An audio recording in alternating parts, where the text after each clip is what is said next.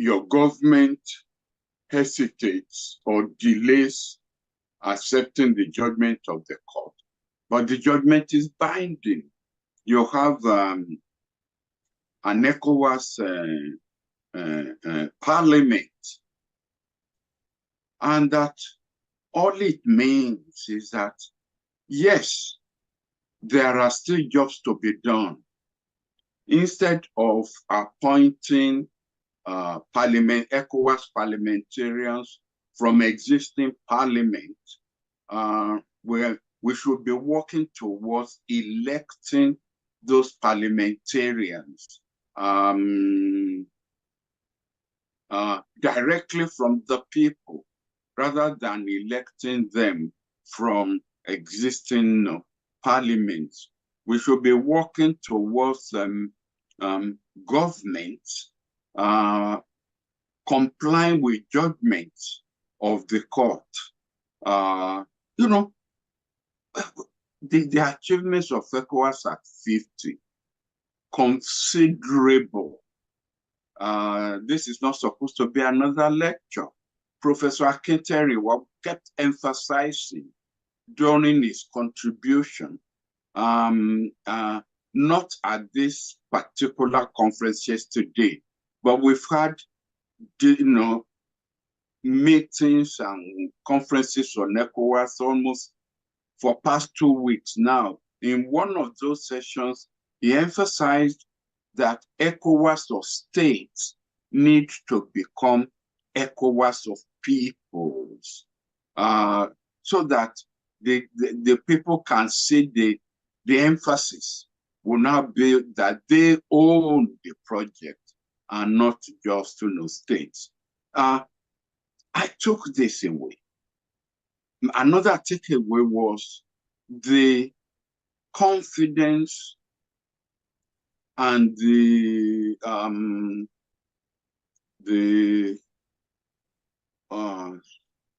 what is the opposite of pessimism?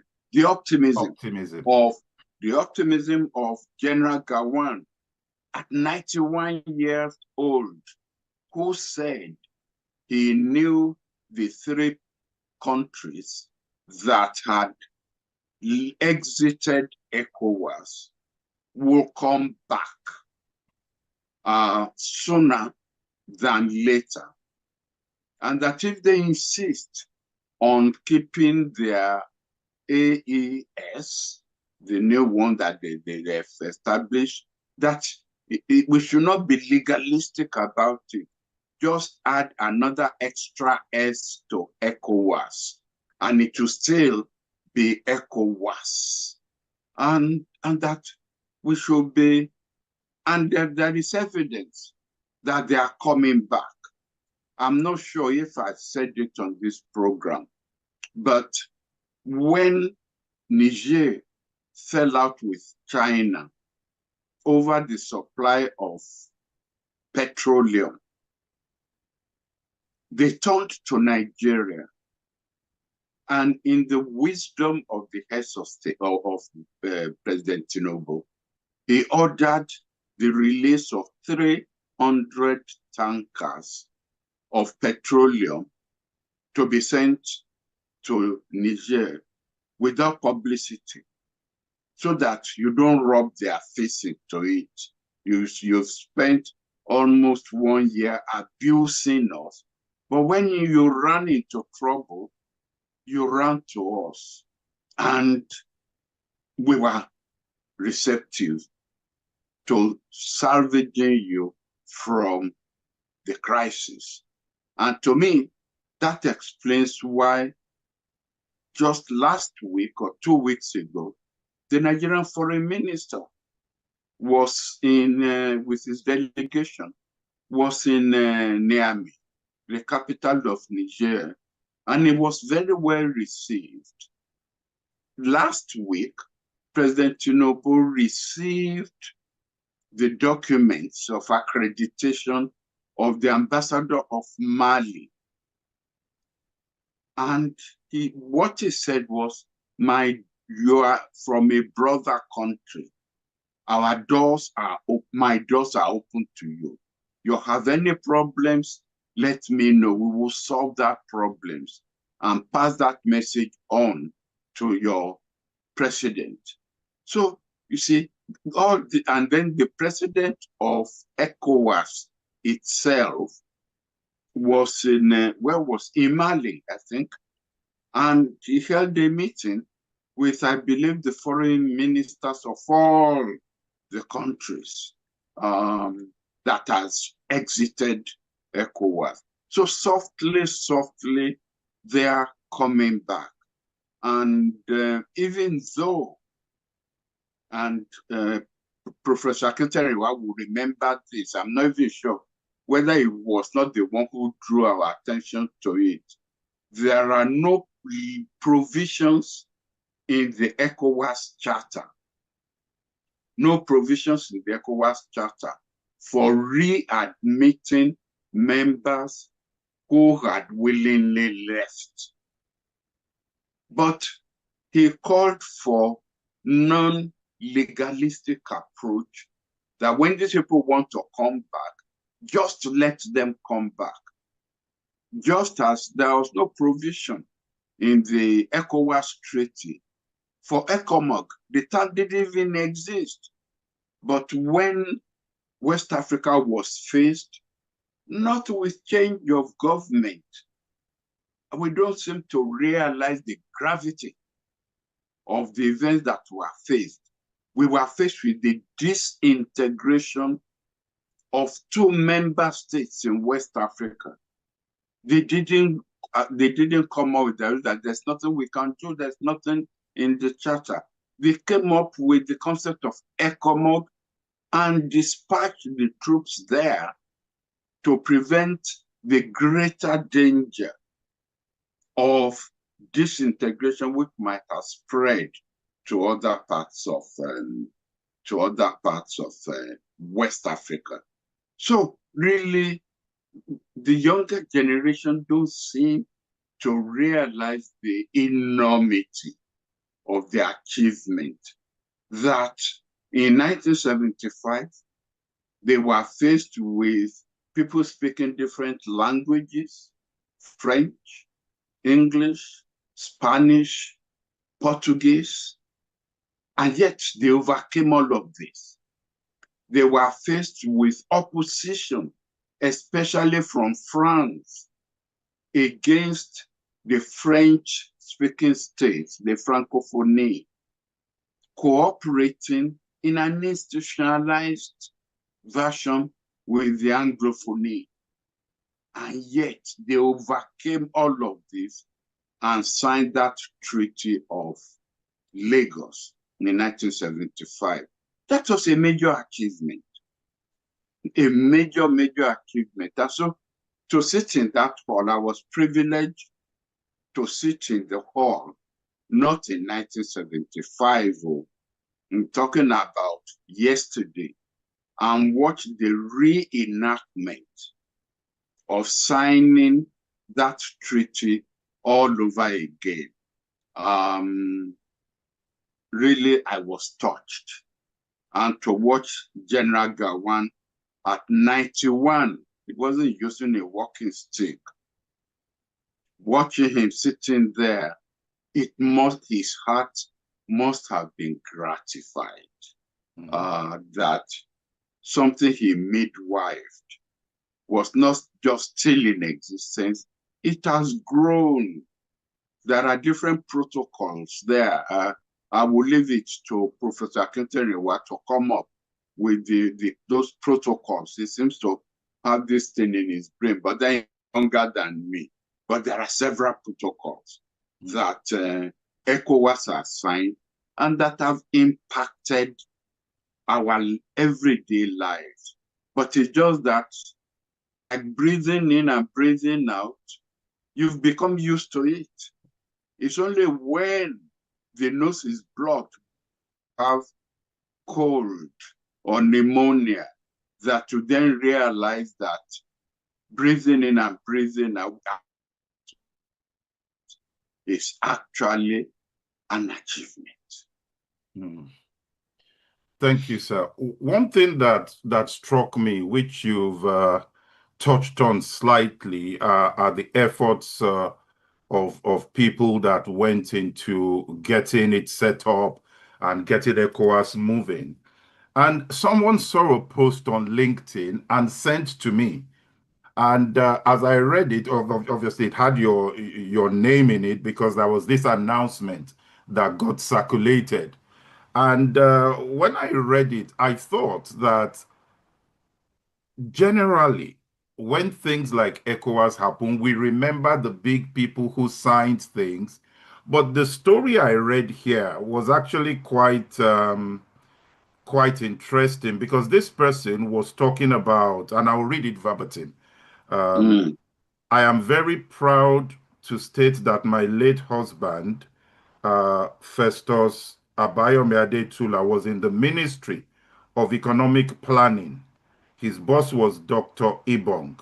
They actually traveled across West Africa to distribute the invitation to the heads of states and governments, and that they used an aircraft that later crashed. And it occurred to me that there are probably people like that who contributed quite significantly that history may never remember because they're not the big ones.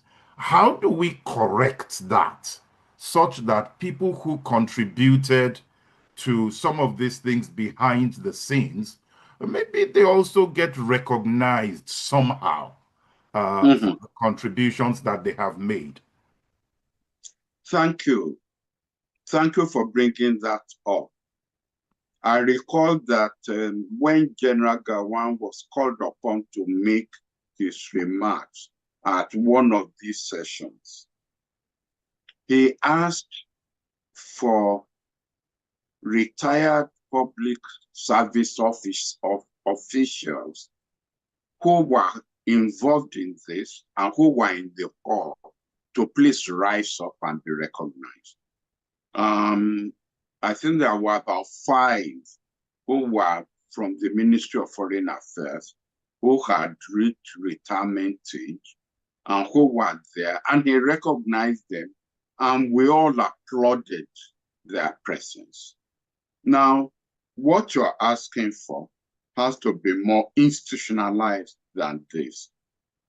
So I'm using this occasion to appeal to the professors who are on our platform and who may still be teaching at the master's level and at the doctorate level to encourage their students to write publishable theses on ECOWAS that probably will cover this issue that you have raised. Foreign service officers, officers in the Ministry of Economic Development, officers in the Ministry of Justice, to be detailed and to interview wives and colleagues of some of these officers. I have just finished writing a foreword to a manuscript written by a retired ambassador who unfortunately is now dead, but he left that manuscript and he was involved in the negotiation because he spoke French fluently and he traveled a lot with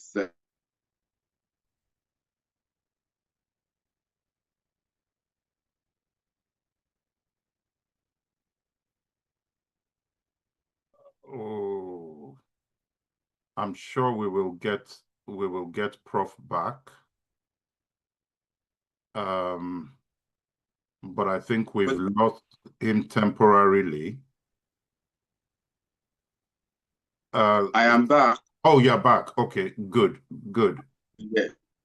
I'm appealing to people who may have access to the Dangotes, the BU man, and the multi millionaires in Nigeria to endow research into this, historical projects. I think that is the way we will keep their memories alive. I no longer teach in the universities, and I'm still battling with my biography, but I was not really directly involved.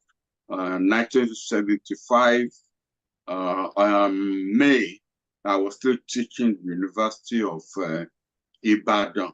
It was not until September 1975 that I transited to the Institute of International Affairs. Again, I'm sorry if I continue to call him out, but Professor Akin Akinyemi, who is also like me, a retired Director General of the Institute of International Affairs, has access to the present Director General there.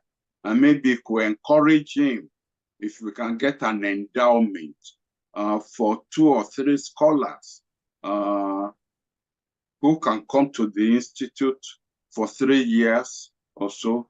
Because the Institute does have some documents on this project. And so that will fill the gap that you have made reference to. It's not just the heads of states alone. There were public service officers who were very instrumental in getting that project off the ground. Thank you very much for that, sir. Let me shift gears a little bit and move to the Middle East. When President Trump did his visit to the Middle East recently, there was the particular moment when he met with the current Syrian president. And he said that Syria deserved the right to be able to rebuild and to get back on their feet and to be supported and all of that. Now, for the first time since 2012, the US flag has now been raised in Syria, which I think is quite telling that the US is certainly trying to rebuild with Syria in some way. And when we look behind the scenes, we also see Turkey and the role that Turkey is silently playing as a partner in that region and as one of the key players when it comes to power, the balance of power in the region. And I thought, sir, that I'd like to hear your views on what you think a US-Syria relationship could look like and to what extent that would benefit the region.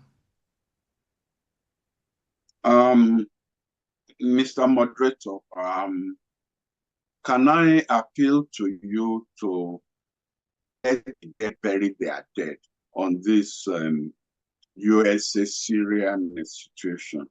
I don't want us to move away from members because this is something that affects us directly. I've been calling out Professor Akin Akinyemi a few times.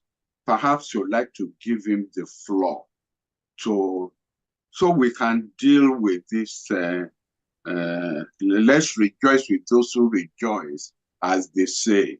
We will have time to celebrate Syria or what have you. All right, sir. Please. All right, sir.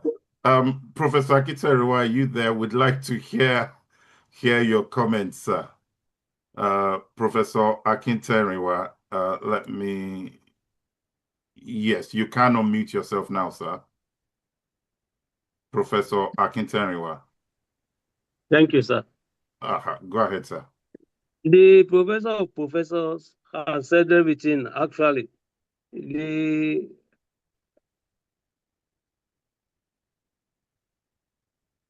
I should just draw attention to is what to do in terms of research.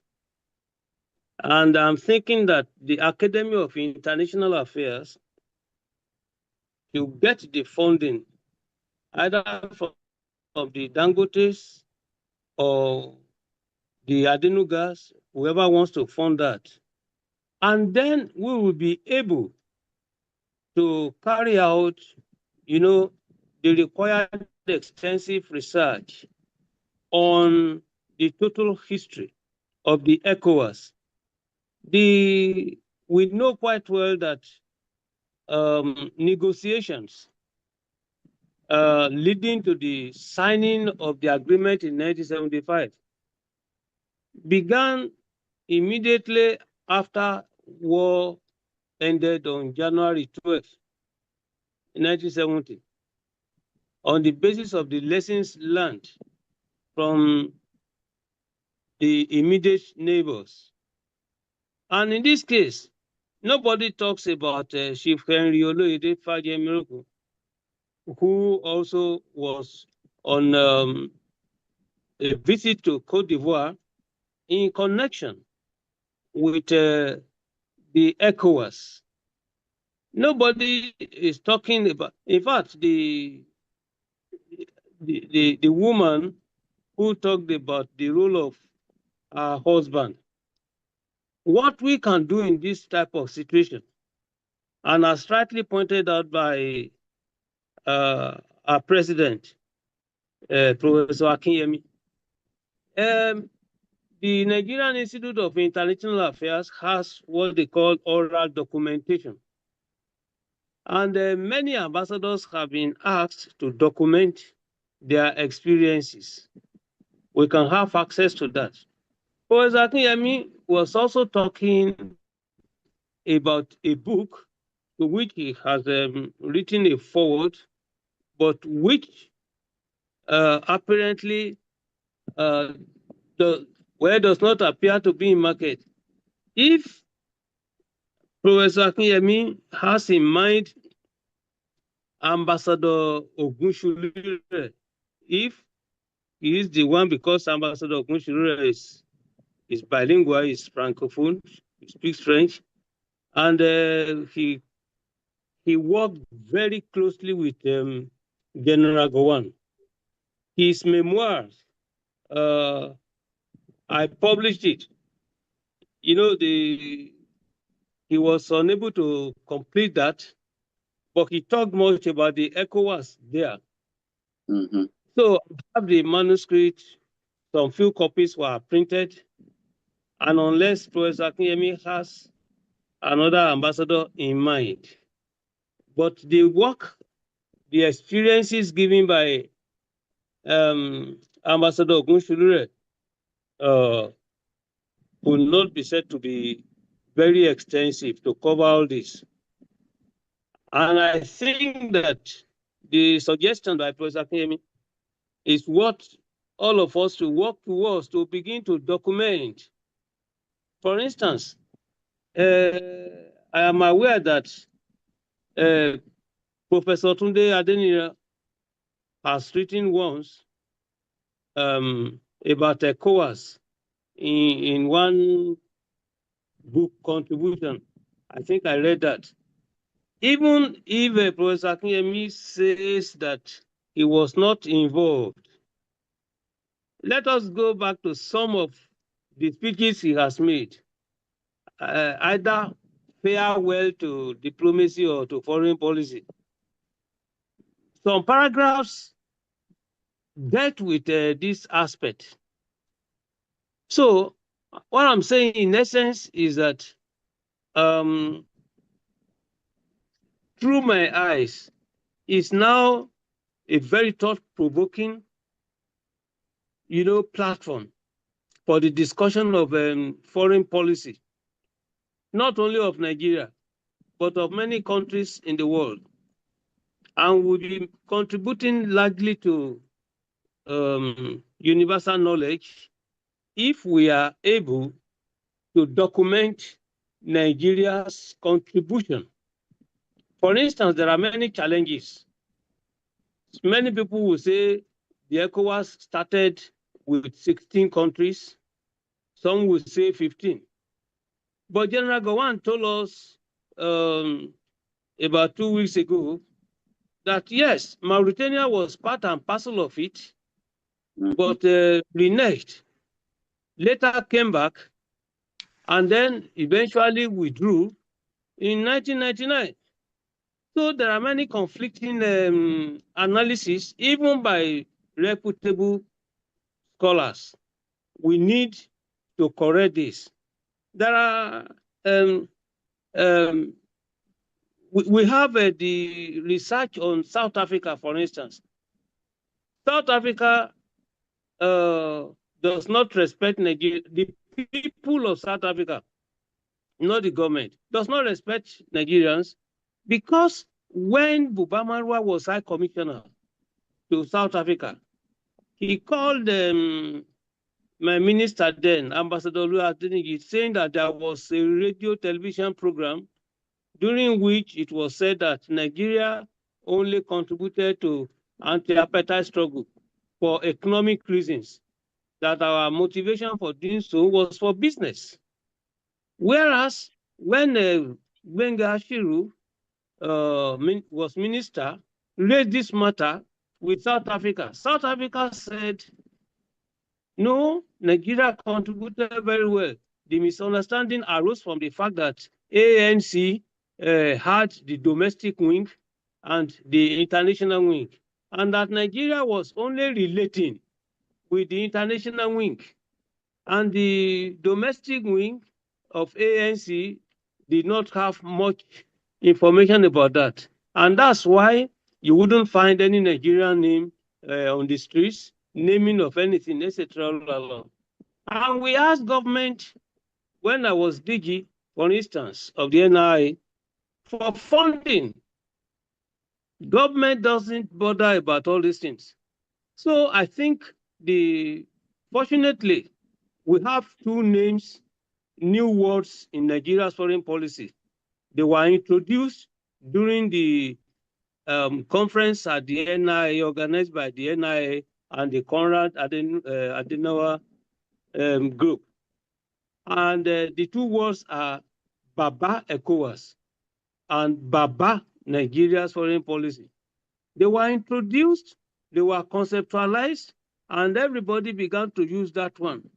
So what is happening now is that the notion of Baba, a Yoruba word meaning father in English, and they're not using father this time just to say experienced or old people. No, but they are using Baba to mean foundational as a source of inspiration for further development. The Baba ECOWAS is General Yakubu Gowon. The Baba foreign policy, no, they say Baba, Nigeria's foreign policy, is Professor Bolaji Akinyemi. And this was unanimously adopted there. If there were to be a Lagos declaration or NI declaration, these are contributions to the lexicon of Nigeria's foreign policy.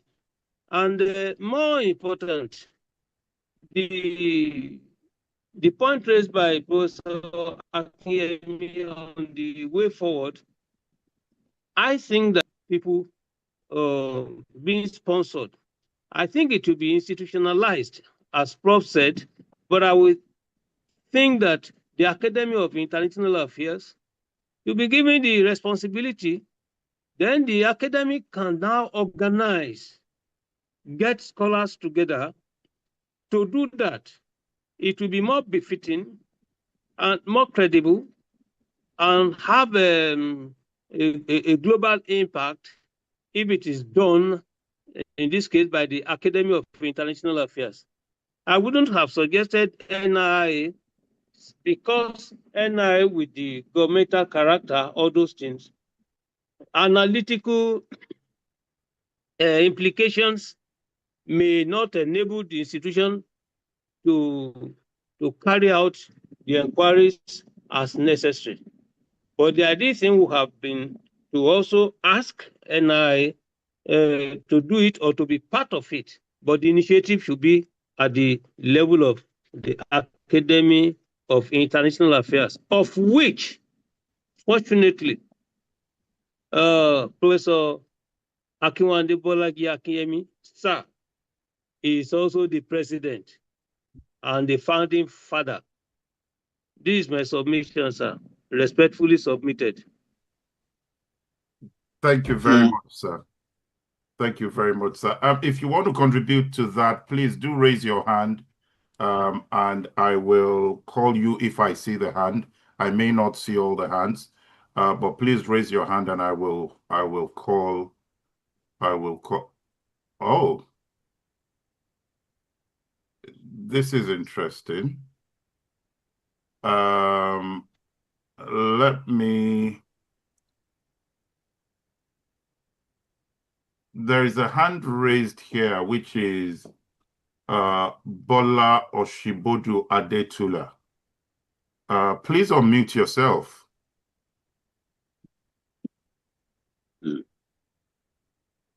Please go ahead, unmute yourself. Thank you very, very much. Go ahead. Yes. I'm happy to report that I am alive to tell this story.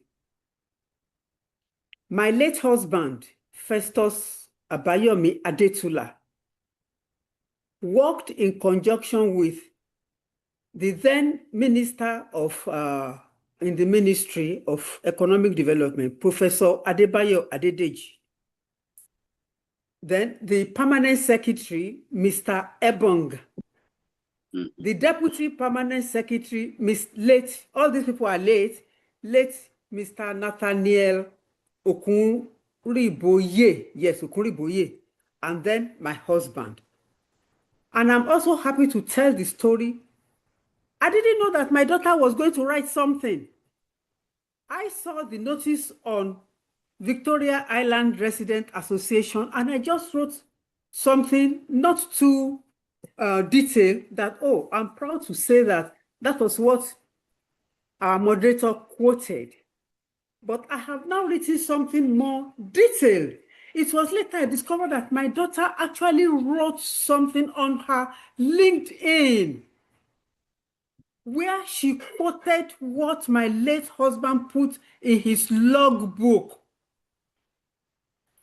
Well, Professor Akitariwa, unfortunately, I don't have your WhatsApp number because I live in the US. I'm in Germantown in Maryland.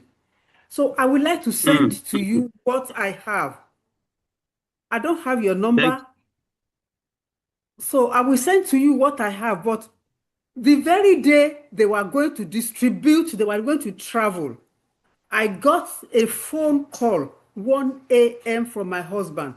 He was sounding as if he was kidnapped. He said, oh, I'm speaking from Central Bank.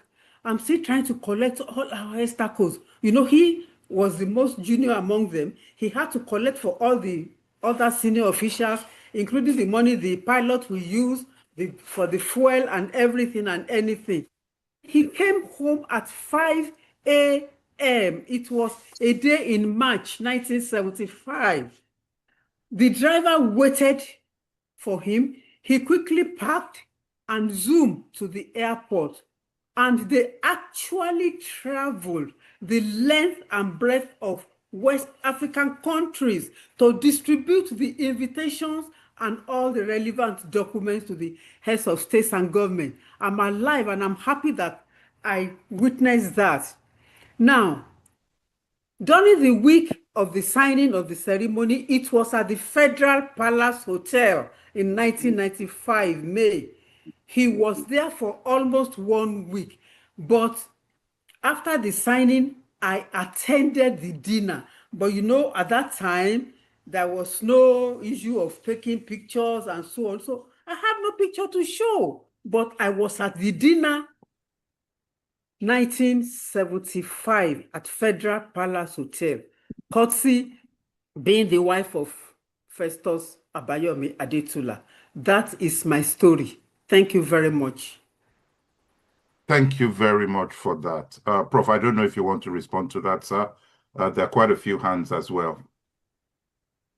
I'm happy to hear from Mrs. Akintola.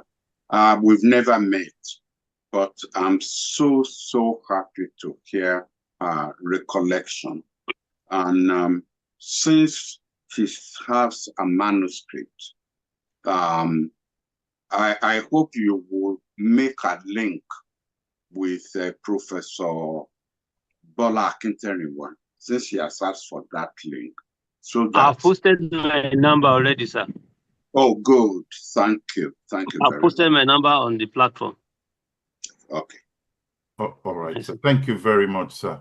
Again, apologies. I'm not sure which order in which these have come in, but I can see Ambassador Wole Coker. Can you please unmute yourself, sir? Ambassador Wole Coker. Thank you very much. Go ahead, sir. I congratulate ECOWAS at 50. And I thank Professor Bolaji Akinyemi for chairing the occasion successfully. It is true that General Gowon called for those who were present, who worked with him, who worked with them in 1975. I was one of those who stood up. Not only that I stood up to be acknowledged, but to say one or two things, but we didn't have that luxury of time.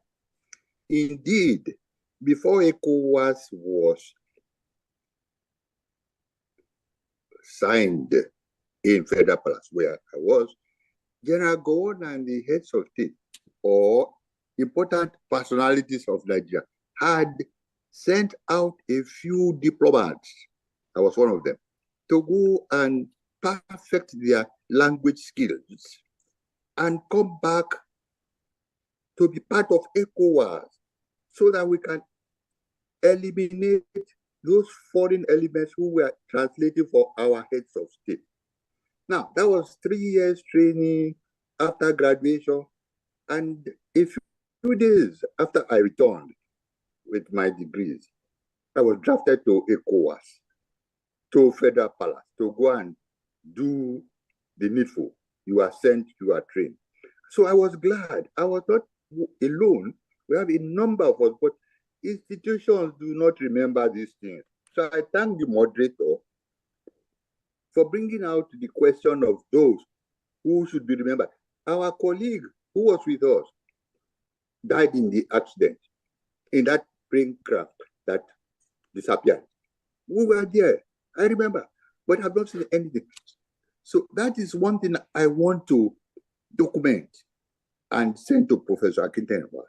The other thing is that apart from being interpreter, translator to General Gowon and to other heads of state, we have other issues that must be documented, in which I took a very effective part. General Ike Wachukwu stood up the other day and he spoke passionately about the contributions of the Nigeria Army to ECOMOG. Yes, I was there also. I was ambassador in Abidjan, and I know the role I played between Abidjan, Sierra Leone, and Liberia to facilitate, because I was directly called upon by the president of Nigeria to do certain things, which we did to get to the end of that war. So, and I know that there is no documentation, proper documentation about the conflict we had in Liberia, in Sierra Leone, not even by the army. They consulted me at a point. I mean, this thing ought to have been documented and interviewed people like us who really worked there. I worked there, I served there. I went back as special representative of ECOWAS to Côte d'Ivoire to coordinate these efforts of post-conflict. So these are the things I want to say, that ECOWAS achieved a lot, but there is room to continue. And my respect, Professor Akinyemi, I said the other day, we want those of you, our elders, who have worked hard, delivering speeches and so on, to document so much. And let us find a way to transition this opportunity to the youth and the social communities who were not involved when ECOWAS was conceived. Because what happened then, with due respect to the military, I said so, they consulted themselves. Only Professor Bolaji, Professor Akin, Professor, the architect of the whole thing. I forgot my professor who was Minister for Economic Affairs, Adedeji. And he must have gathered a few people together. But nowadays, we can see the interest of everybody. The whole arena, the whole professors of Nigeria are interested in ECOWAS because there is now freedom. There's freedom of expression, there's freedom of research. And I thank Professor Akinyemi for saying it as it is, as it should be. Thank you for supporting the movement, and thank you for bringing it up alive again, so that we can now carry on the next 50 years of ECOWAS and see where I'm sure we'll get there. What the General Gowon said will certainly come to pass. It may not be in our time, but we are on the right path now. Thank you, sir. Thank you very much for that, sir. Just before I call up the next person, I'd like to say that we're on session 226 today. On the issue of documentation, all 226, bar maybe one or two, are on YouTube of this broadcast. And there is a whole lot of historical information included in all of that. So just thought to call that out. We're almost at time, so I'm going to ask the next two speakers, please keep it very, very short so we can end on time. Dr. Dapò Thomas and then Festus Oshifeso.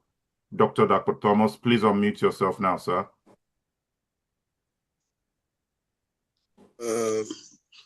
I'm very excited about everything that Professors Bolaji Akinyemi and Akiteriwa. I'm impressed with what they have said. And this is something that we can all confirm, that ECOWAS has really played its part. Unfortunately, there are little things which I believe still retard the kind of progress that ECOWAS should have made. EU was founded in 1993, and I want to believe that what they have achieved in this period between 93 and now, they have already achieved tremendous, they have made tremendous achievements. Now, I just identify something now that, one of the reasons why we are not making the kind of progress we should make. We think these are very elementary things. They are very simple. They are small things that we should not bother about. Now, Professor Akinyemi was talking about the way our president treated the Niger and China crisis, the Niger country, the Niger government coming back to Nigeria asking for fuel and asking for this, and then the president releasing this, and then Mali also and everything. I don't really like this idea of welcoming these people with an open arms like that, because whether we like it or not, diplomacy has its own aura, it has its own role. We are handling diplomacy as if we are doing family affair. It's not every, and then we see penalty as if it's about punishment. No, it's not every penalty that is punitive. Some penalties are like levies for misdemeanor. When a country is exiting an organization without any reasonable justification other than selfish national interest or personal ego, We should not be celebrating them with penitent elaboration when they return. Diplomacy or international relations is not about power, entertainment, and parades of leaders who just feel they can abuse power. African diplomacy is still being conducted with some kind of cultural appeasement. And this is one of the reasons why some countries still misbehave. That's why I call it levy for misdemeanor. You know, some countries still misbehave. They just come in, walk out. So there should be stringent sanctions and levies to be imposed on erring countries, you know, as a way of discouraging other countries which may want to do a similar thing in future. And then they should sign undertaking and pledge their affiliation loyalty to the organization and admitting that they should be heavily penalized in case of any violation. We strip diplomacy of its substance and fundamentals if it is treated with cultural attraction, as if it's a family gathering. ECOWAS should not be seen as a kind of rendezvous where leaders walk in and out as they so wish, as if the leader is greater or higher than the organization. So I want us to also to have some development, but we cannot make development when we keep forgiving. You know, we keep acting as if this is something that is cultural. No, we have to punish them. The law is law, the rules are rules. So that's my position, sir. Thank you very much, sir. Mr. Moderator, could I say something? I can't say no, sir. No. Three things. I want to quickly say three things. One is to please appeal to you to extend the time. Yes, sir. Look, General Gawan and I sat at a conference, and Bolaji Akinyemi was my witness, and even Ambassador Coker was there. We sat there from 10 o'clock until 5 o'clock, and we didn't even take a break to go and go to where old men wash hands. We didn't. So we can afford, please, to have maybe extra 15 minutes. I don't mind sitting here. Okay, sir. No problem, sir. Thank you. The second point is to immediately address what Dr. Thomas had just raised. Look, when the present Prime Minister of Great Britain got in and said he wanted to reset the relationship between Britain and the EU, he was politely admitting that Brexit was a mistake, and he's got to find a way of bringing Britain back into the fold without exactly saying so. You've got to be diplomatic, even in playing your diplomacy. You gain nothing by robbing the face of these young majors or colonels, whatever their rank may be.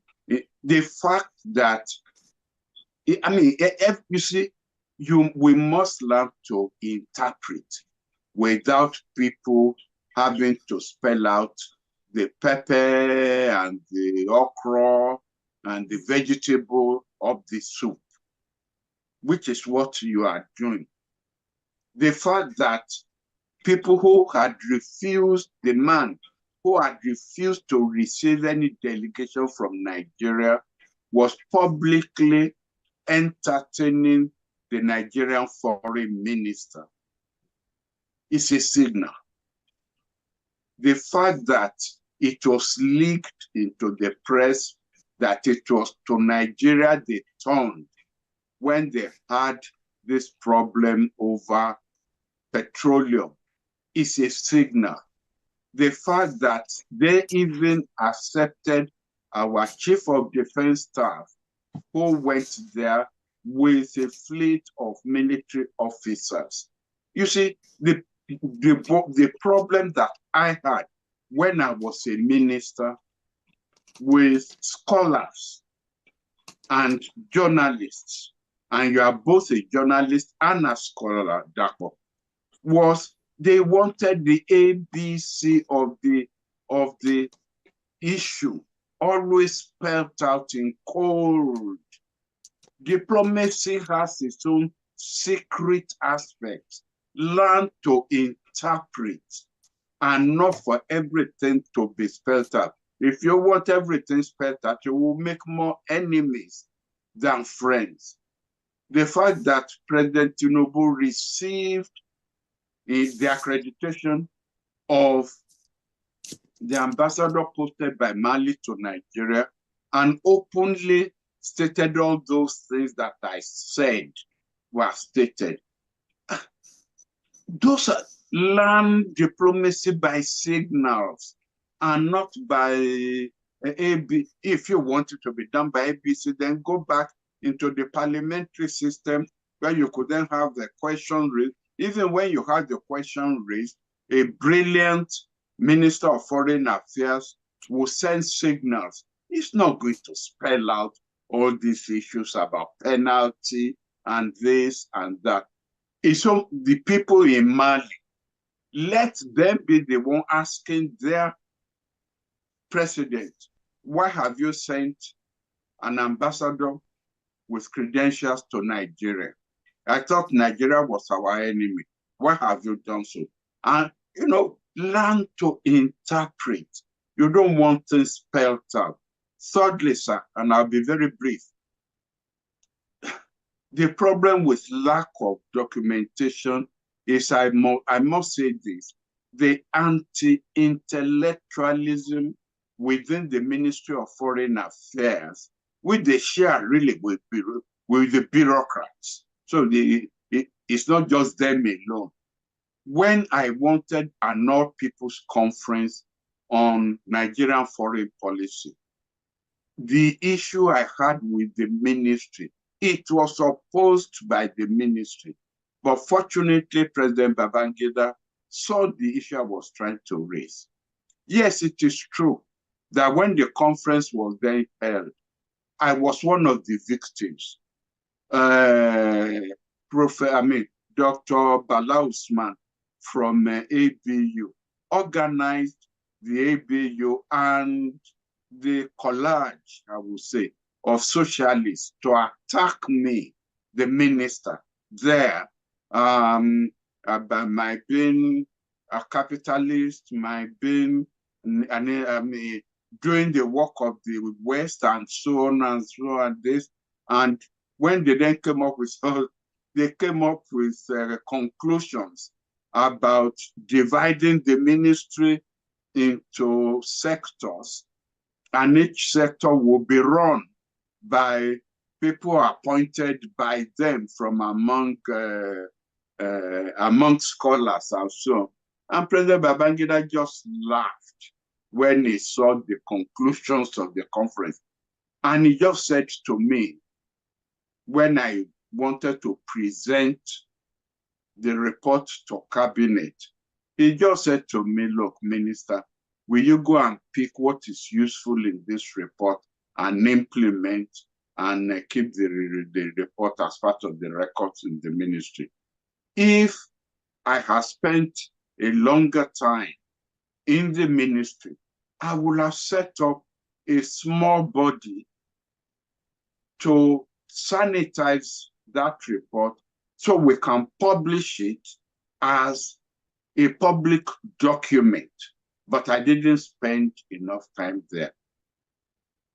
Up till now, that the document of that conference, all the speeches that were made, and I don't know whether in the movement from Lagos to Abuja, whether the ministry still has it or not. It is this anti-intellectualism that we must curb. But I take on board what Bolaji Akinyemi has said. And I hope Ambassador Igali is on our platform this evening, because I will need him to approach funds, to embark on fundraisers for the academy, so that we can take on this proposal on ECOWAS as a project on which we will get scholars. Or maybe the next thing is for us to have our own conference on ECOWAS at 50 by scholars, whether still teaching or retired, and then look for funds to publish it. Thank you. But don't forget, I appealed to you to give us a bit more time today. No problem, sir. No problem, sir. We have time. We have time. There's some comments in the chat, but let me go to Festus Oshifeso. Please keep it brief. Good afternoon, Professor Bolaji Akinyemi. I asked a question last week, but due to the essence of time, we didn't actually respond to that. So if I would recall, the question I asked was about ECOWAS struggling and Nigeria once being the backbone of ECOWAS. To me, it seems like its weakest link. I recall during Abacha's regime, Nigeria intervened in Liberia and Sierra Leone. But within Nigeria itself, we have insecurity and terrorism that's rising, banditry. The economy is failing. We've gone from GDP of about $500 billion to $188 billion. That's a lot of depreciation in the economy. But let me land. I know you're shaking your head, but we can also say there's been. Okay, let me land. So I might also say there might have been a breakdown in the electoral process, judiciary, executive, and legislative arm of Nigeria. Even the armed forces is overstretched within Nigeria, and this vacuum within West Africa and ECOWAS has actually it has given space for the Russians and other external powers to step in. So given all this that I've mentioned, do you still think Nigeria can lead ECOWAS, or ECOWAS is actually broken? Because the fact that 3 countries have actually created alliance of the Sahel states, there's like a new shift going on. So I think Nigeria is like a liability in ECOWAS. I also think like ECOWAS is almost broken, like the old world or the underground era is more or less done. So I just want to hear your take on what I've just said. Thank you. Well, thank you very much. I apologize for shaking my head. I didn't know you could see the picture on the screen. Look, it's funny. There was, we had about up to 30 speakers. So forgive me if I can't really pull something into my brain now.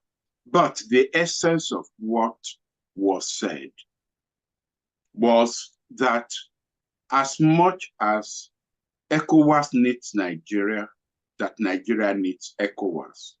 Now that was based on a foundation that there's no place you go to in West Africa where you don't find a Nigerian community.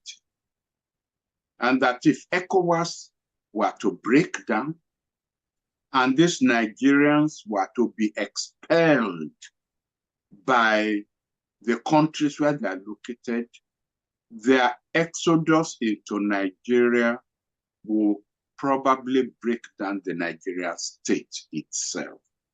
And that to that extent, it was in our interest to keep ECOWAS going. Surprisingly, it's Nigerians who doubt the efficacy of the ECOWAS project. Other West Africans don't. And when you talk about the problem of the insecurity or the problem of terrorism that we face, that is quite true. But the whole of the Sahel faced this same problem of terrorism once they were, if you recall, once they were dislocated from Syria, they came across the Mediterranean Sea into North Africa. And then the West, through ill-advised policies, dislocated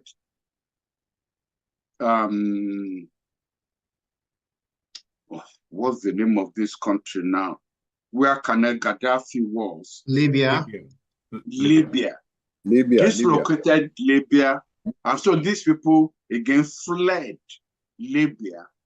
And that was part of what led to the exit of those three countries, because they invaded Burkina Faso, they invaded Mali, they invaded Niger, and these three countries said ECOWAS should have come to their defense the way ECOMOG was formed to prevent the disintegration of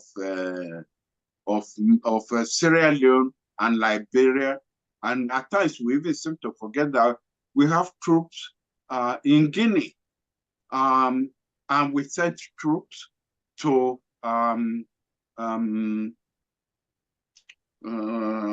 after Senegal, you have Gambia. These troops are still located there. We always seem to forget those contributions. Now, you are right, we are battling problems of insecurity in Nigeria, but there are issues that we have to face.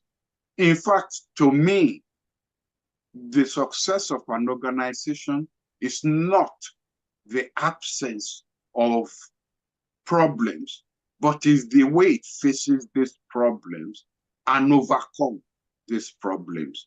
I completely agree with you that the problems of insecurity in Nigeria is gargantuan, but we cannot afford to fail. I'm now talking about Nigeria itself. I was shaking my head because I disagree with you on the economic indices that you were putting up. We are What are still, your figures? The figures, yes. I'm not an economist.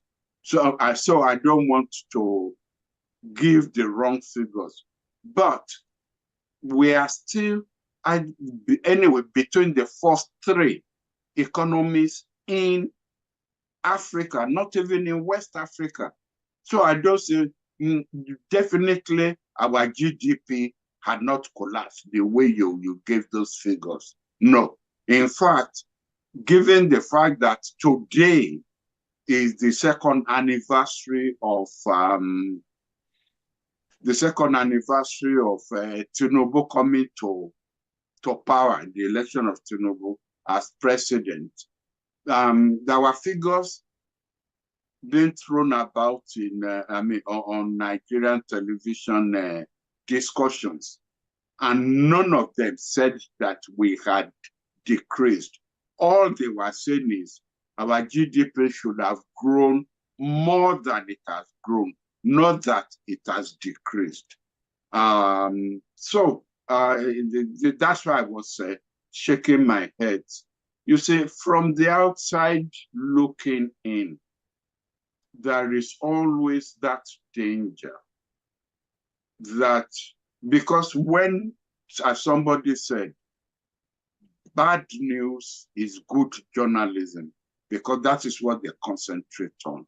And that is what you get, the bad news that the press and journalists are emphasizing, and not the good news, the progress that is being made.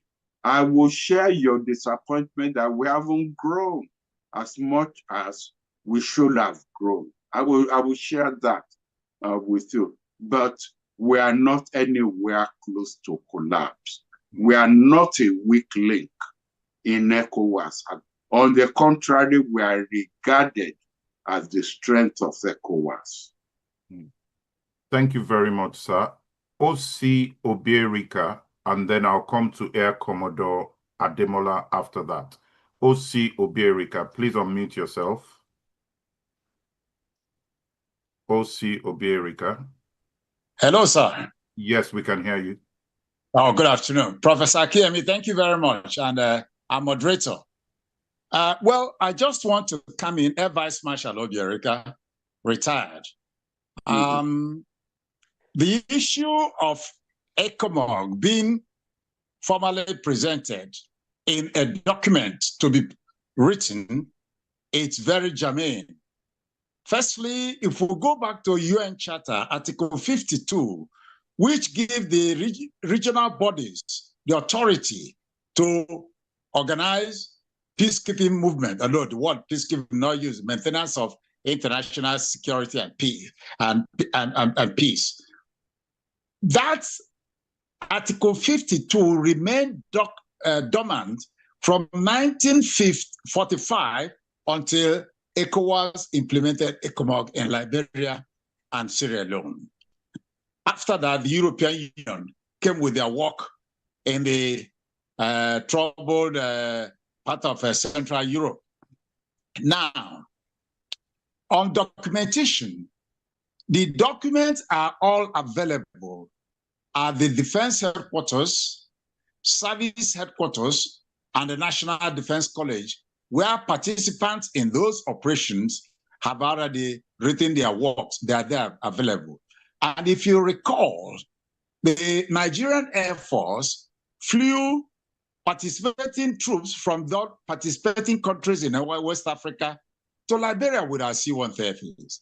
The same thing with our naval ships, which get, well, I don't want to call Nigeria a hegemon in West Africa. I better prefer the word the big brother, because without us stepping out, the ECOMOG wouldn't have taken place. And this is where we must also give tribute to people like General Sani Abacha, who encouraged the armed forces of Nigeria to regroup and be able to do what we did in Liberia.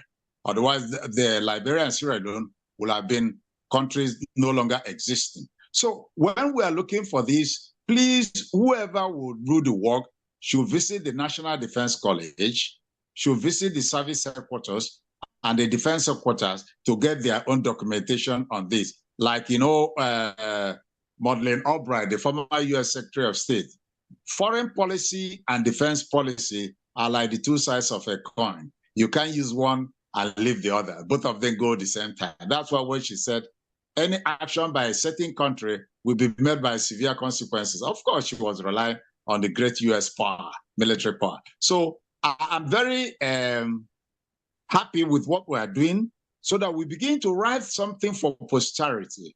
And on the case of Niger coming to Nigeria to ask for something, I agree entirely with Professor Bolaji Akinyemi. And in line with Lord Palmerston, former British foreign minister and prime minister, who said, in international politics, there are no permanent friends or permanent enemies, but permanent, no permanent enemies or permanent friends, but permanent interests. And in this note, I would like Nigeria to set out what our permanent interests are with respect to our foreign policy objectives. Thank you very much. Thank you very much. Air Vice Marshal, you have my total respect for your contribution. I salute you, sir. Thank you, sir. Thank you, sir. All right. Lastly, Air Commodore Ademola, retired. Please go ahead and unmute yourself, sir. Thank you, Mr. Moderator. Good evening, sir. Our distinguished Prof. Good evening. The last speaker happened to have been my superior in the Air Force, retired Air Vice Marshal Osita Obiorika. He was our professor, and he has professed well today. Let me pick it from where he has stopped. Defense and diplomacy are Siamese twins, and foreign policy matters most of the time reflects what goes on within domestic policies. That the much that has been said concerning ECOWAS, its existence, its perceived failures or prospects for strengthening it or bringing it back to life as intended by the founding fathers is well conceived. My intervention has to do with the need for Nigeria to get it right. And we thank Almighty God for preserving someone like our distinguished Prof, Professor Akinyemi, professor of professors, with several followers. Your acceptance to be at the Institute of International Affairs is something that has gladdened the hearts of many it will hopefully, if they choose to listen, because even the president is not someone that will not listen to you and respect your views. And I'm sure that was why and how you were brought out again to put some sense into our foreign policy.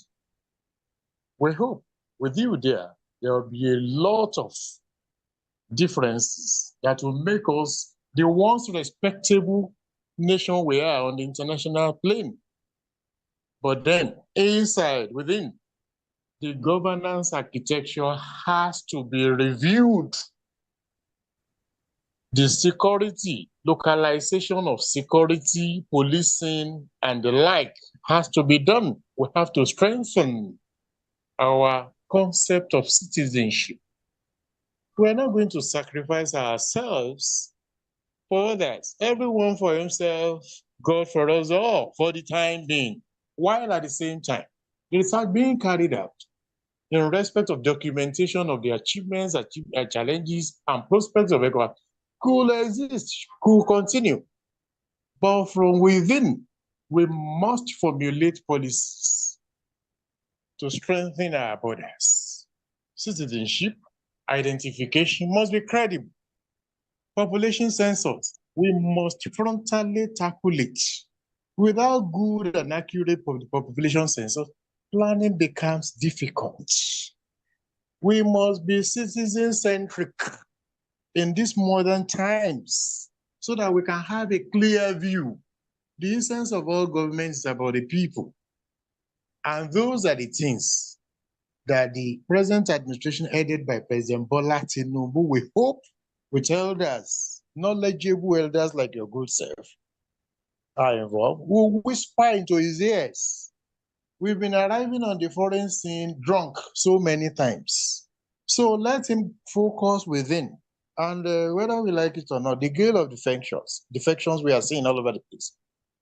The rigid constitution, a good majority that could effect the requisite social change that will make the Nigerian citizens happier, stronger, and so by the time we go onto the international plane, we can do better.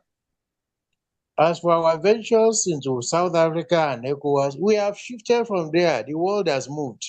We're going without any focus or intention for gains. The game has since changed. South Africa virtually conquered us through their economic adventures. Their companies are here. What happened to Nigerian companies? We are not there. We're even despised. So we need to focus back onto where we are. Economic and citizen diplomacy should be it on the foreign land. So I want to stop there. Thank you for the opportunity. May the Almighty God continue to preserve our elder with good health and happiness. Thank you, sir. Thank you very much, sir, for that. And sir, do you want to have the last word before we end? Thank you.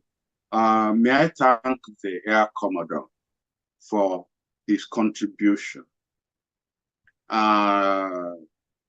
are issues that he has raised, which indirectly, we have raised on this platform, but we shied away from coming up with an answer. Why do I say that? In a multi-ethnic, multi-plurality that we have, is democracy the appropriate mechanism to address these issues? The people we have in the National Assembly are a disgrace to Nigeria. They don't do what they are supposed to be there to do. That is assuming they even understand what they're supposed to do. But because of the nature of our plurality, it allows any mechanic, any area boy that a party feels will win elections for them to be sponsored into the Senate and into the House of Rep. And so budgets are sent to them.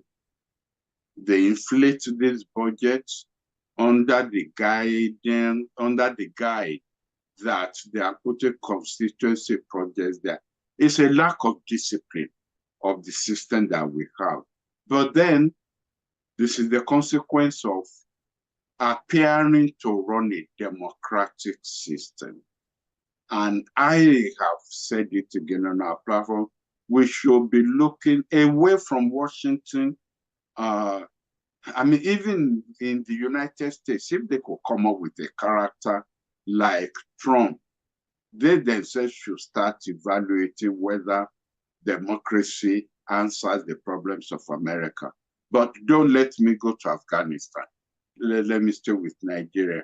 We need to look towards countries that have a disciplined system where we all sleep facing the same direction. And that is China. And that is why China economically had made enormous progress.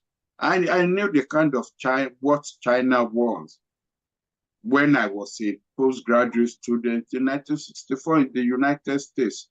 They used to be a laughing stock. And then they started making progress. And now, in fact, give them maybe another 5 years, they will have overtaken the United States economically. That's where Nigeria should be facing. Or if China seems to be too frontal, let's look at is it Singapore? Where was Lee Kuan Yew? Singapore. Let's look at Singapore. Let's look at what Lee Kuan Yew did there. And when they asked him for how they succeeded, he said, number one, his cabinet was full of people who went to Oxford or Cambridge or London School of Economics. So they had the same mental thought about issues. Number two, they rejected every proposal and recommendation made to them by the World Bank or the IMF, because all those recommendations were wrong. They homegrown their own responses to their own problems. Number three, they were disciplined. He said at that time they were criticized for lack of human rights. And they said human rights was not their fundamental problem at that time. Economic development, growth, that's what they thought the people of Singapore needed, and that's what they are going to give them. And now he was able to write a book from the third world to the first world. You look at how much time we waste in debating non-issues in Nigeria. And basically, it is still North versus South, Christians versus Muslims. And when you start to try to define interest on such basic level, how can you be talking about national interests? Tinubu came up with fundamental changes in tax bills. All the northern governors led by Zulu opposed that. And as the proposals of that bill said, they were invited to conferences which they never attended when they were thinking about proposals. But as soon as those proposals were sent, well, the first thing was, where did the president come from? Who is sending these bills to us? Now, then you start reading all kinds of meanings into them. Religious meanings, sectional meanings, ethnic meanings. How can a country grow when those are the fundamentals of the debates that we have? So in addressing the issues raised by the Commodore, these are the things we're going to talk about. Then the Air Vice Marshal, for my respect, sir, you are right. All these documents on ECOMOG and so on, are in all these places you've mentioned. But again, if you go there, you'll find that they are stamped top secret. And God help the civilian who approaches the head of any of these services to ask for access to their documents. I had a personal experience when General Abacha took over power. He found a proposal from me, which I had submitted to my former boss, IBB, to write the history of the Nigerian Armed Forces, history of the Nigerian Armed Forces. And General Abacha approved and asked for money to be released for me to do that proposal. One lieutenant colonel came up with the idea that he had written something about the history of the Nigerian army and why is a civilian being brought in to now write the composite, whatever it I wanted to write. That, I mean, I even found it insulting that they will be asking me to defend myself before a lieutenant colonel. By that time, I've been a professor of about 15 years standing. I've been the director of the Institute of International Affairs for 8 years. I've been a minister for 2.5 years. And here was I being asked to, all because we had a military regime and I was a bloody civilian and the lieutenant colonel, without the red pips, was supposed to be superior to me. Anyway, this issue then got resolved when I got involved with NADECO, and General Abacha canceled the whole project. And I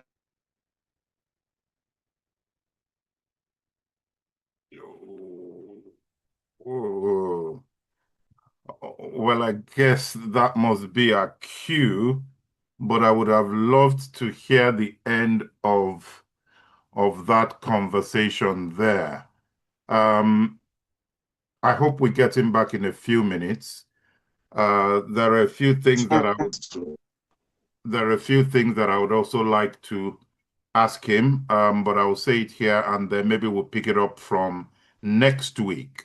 Because of what Professor Akinyemi referred to in terms of Lee Kuan Yew and the fact that he brought... Oh, Prof, are you back, sir? Oh, but we can't hear you. Oh, dear. We can't hear you. What I'll do, sir, I think we're out of time, but can you hear me, sir? If you give me a thumbs up, if you can hear me. You can. Okay. So I was saying this, sir. One point you raised was that Lee Kuan Yew had people who had gone to Ivy League schools in the West, and they brought these people back. They had the same kind of thinking in their minds. Now, just today, I saw the news that President Trump was thinking of suspending visas for all Chinese students, and he's also stopping Harvard from bringing in foreign students, and they're still trying to resolve all that's going on there. Next week, I'd like to start with the impact that that sort of policy could have on the rest of the world, and maybe even an opportunity for us to start to develop our own educational systems rather than relying on the educational systems of the West to help to drive our own development. I'll start with that next week. But on that note, I want to thank everybody very much. We were late this evening, but I was under orders and instructions, which I yielded to. So thank you very much, everybody. We'll be back again same time next week. Good night. Thank you.